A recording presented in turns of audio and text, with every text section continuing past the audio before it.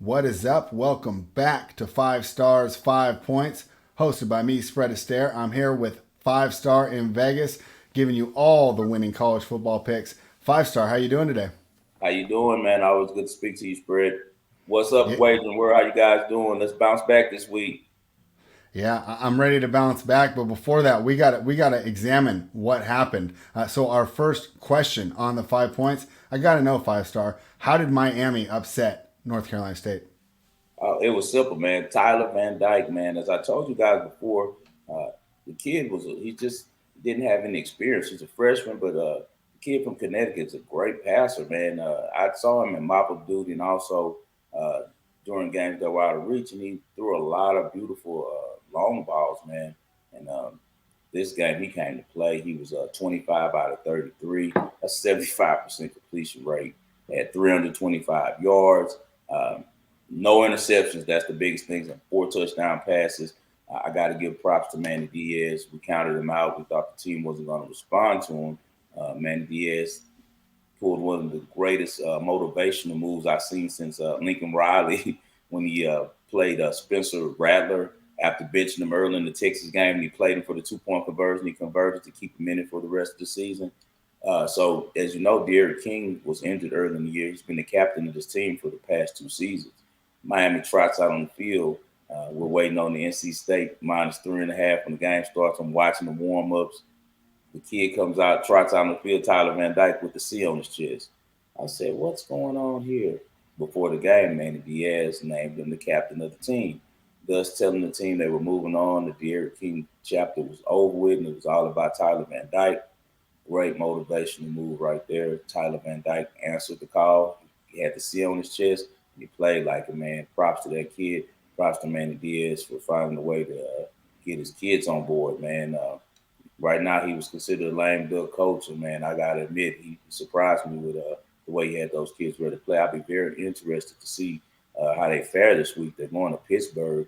They got a great background against Pittsburgh. They won the last three against them, 5-1 against the spread in the last six against Pittsburgh. And as you know, Pitt is coming. We won with Pitt last week against Clemson, so that was like a program statement for Pitt winning last week. I'm sure they partied and had a great time because they're not used to beating Clemson. So they got Miami coming in, see if they have Miami's attention, whether they pay attention to Miami because of the past three losses to them, or they slip a little bit because they're feeling themselves because of Clemson. I'll be very interested to see the results of that game between Miami and Pitt. But great job, Miami. Salute. Yeah, salute to Miami. Will it be enough to keep Manny Diaz's job? From what I've seen from the Hurricanes fan, might not be. They might need this Right. performance and a couple more, but we will see on that as well. Let's talk about another team that disappointed us a little bit last week. After last week's performance, does Cincinnati make the college football playoffs? What do you think, 5 Star? For me, I have to say a hard no.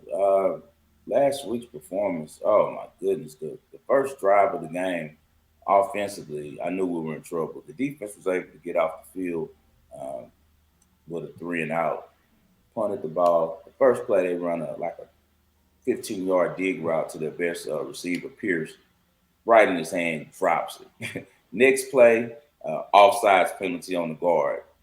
Following play, sack, third and long. After that, I said, oh, goodness, it's going to be a long day. They didn't come to play at all. Navy scrappy, but regardless of being scrappy, it's a big game. Cincinnati knows that at this point, they have to cover all of their spreads, man. They have to be impressive for the committee because right now, the odds have Georgia, Alabama, Ohio State, and Oklahoma rated with better chance to get to the college football playoffs than them. It's only 4 spots. What's funny is Alabama, Ohio State already have a loss and still have a better chance, better odds to make it. They already dealing with a lot coming from the conference that they're in. It's going to be very difficult, man, because as the way I see it, I see Alabama upsetting Georgia in the SEC championship. So then Georgia and Alabama would be there. Of course, we're going to get a Big Ten team in there, and then after that, it seems like Cincinnati is going to be out of there, man. I can't see them jumping Oklahoma if Oklahoma goes undefeated, which they most likely are. So I highly doubt that Cincinnati will get into the playoffs this year, man. Look for them playing the New Year's Six Bowl. They got to be careful also because if they don't pick up their game the way they played against Navy, they're going to get upset by one of the Texas teams, either SMU on the 20th or in the championship game if they get past SMU by UH. U of H, which is the University of Houston, they're playing immaculate on defense right now, man. They're a good team. So Cincinnati better be careful, man, if they even win their conference. But it's going to be very, very difficult for them to make the college football playoffs. That performance did not help at all last week.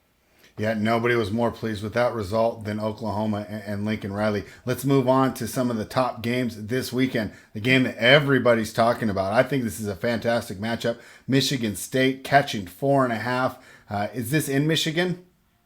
The game's going to be in Lansing. It's in The Lansing. Michigan, So yeah, they're Michigan plus four State. and a half at home. Okay. Yes. What's your breakdown for this game? Let's hear it. Michigan's a run first team, man. They average about 255 yards per contest. But the thing is that Michigan State is great against the run, man. They're only giving up 120 yards per game. As you know, Jim Harbaugh, he likes to call an old school pro offense, similar to the one he ran at Stanford.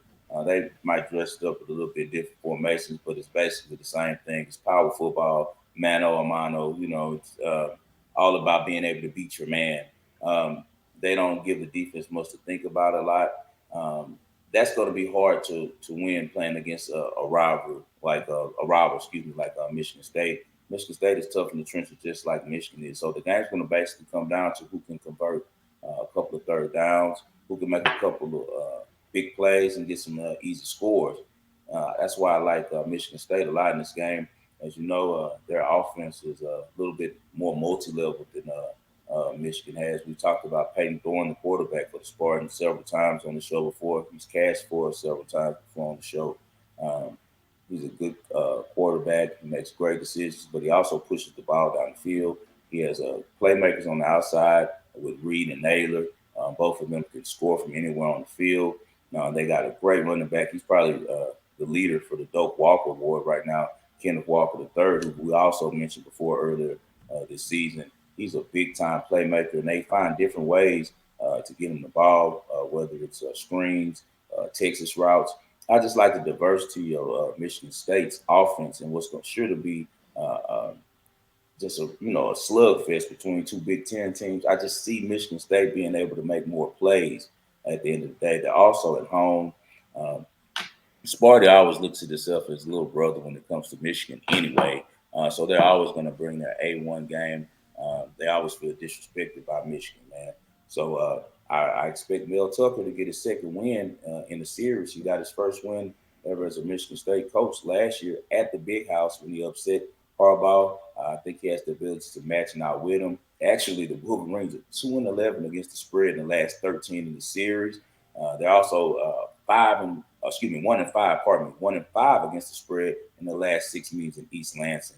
I'm all over Michigan State, man. I'm going to try money line, and I'm definitely going to take the plus 4.5. They're at home. They got the better offensive team. I think the defense and the line is going to be a wash. That's Michigan's advantage on most teams is line play. I think that Michigan State can get in the trenches with them and compete. So I'm definitely taking the plus 4.5, Michigan State, and we're also looking to land money line. All right, big game in the Big Ten, and we like Michigan State plus 4.5 there. Let's move to a team that we had talked about earlier, a team that was very happy with the results last weekend, but they can't lit up now. Oklahoma minus 19.5 versus Texas Tech. What's your breakdown of this game? Well, Texas Tech just fired Matt Wells. He was their coach. They're replacing him with Sonny Kumbi, who's an ex-quarterback at Texas Tech. Um, Young guy, early 40s, first time being the head coach. With a first assignment, you got to go to Norman, Oklahoma, where the last two times that Texas Tech has played Oklahoma in the series, they lost by after 37 points. Sooners struggle a little bit with the pass defense, but Texas Tech, even though their offense is very good and they're one of the best passing teams in the league, they turn the ball over too much. Their quarterback is inconsistent. He already has 4 interceptions. And also, Lincoln Riley said earlier in the week that several of his starters that were missing in the Kansas game last week will be playing this week. So look for Oklahoma to have a stronger effort on defense. And also, with Lincoln Riley, he's an offensive wizard, great coach. It's no way that he's satisfied with what happened last week. They didn't score against Kansas Jayhawks. This is the Kansas Jayhawks. They didn't score a point. Mighty Oklahoma, the first half. I'd hate to be on the other side of the field against them, especially a team like Texas Tech, who they have a strong history against and are used to taking to the whooping shed. So I definitely look to take Oklahoma on this game minus 19 and a half. I know they haven't covered many games this week. This is a perfect spot play with Oklahoma coming off a disappointing performance in Kansas and Texas Tech dealing with their coaching situation, new coach, first time. As I said, the last two contests, they beat them by 37 points, man. Look for Caleb Williams to have a Heisman type performance. Look for the Sooners offense to get the rolling early and often. And for Lincoln Riley to make the Big 12, remember who's the most potent team in the Big 12, and that's the Oklahoma Sooners. So definitely take Oklahoma minus 19 and a half. Catch it today on Friday if you can. I'm pretty sure that game's going to be over 21 because we got a nice magic number with the 19 and a half. It'll probably be over that key number of 21 by the time kickoff starts on Saturday morning. So you guys get in on that.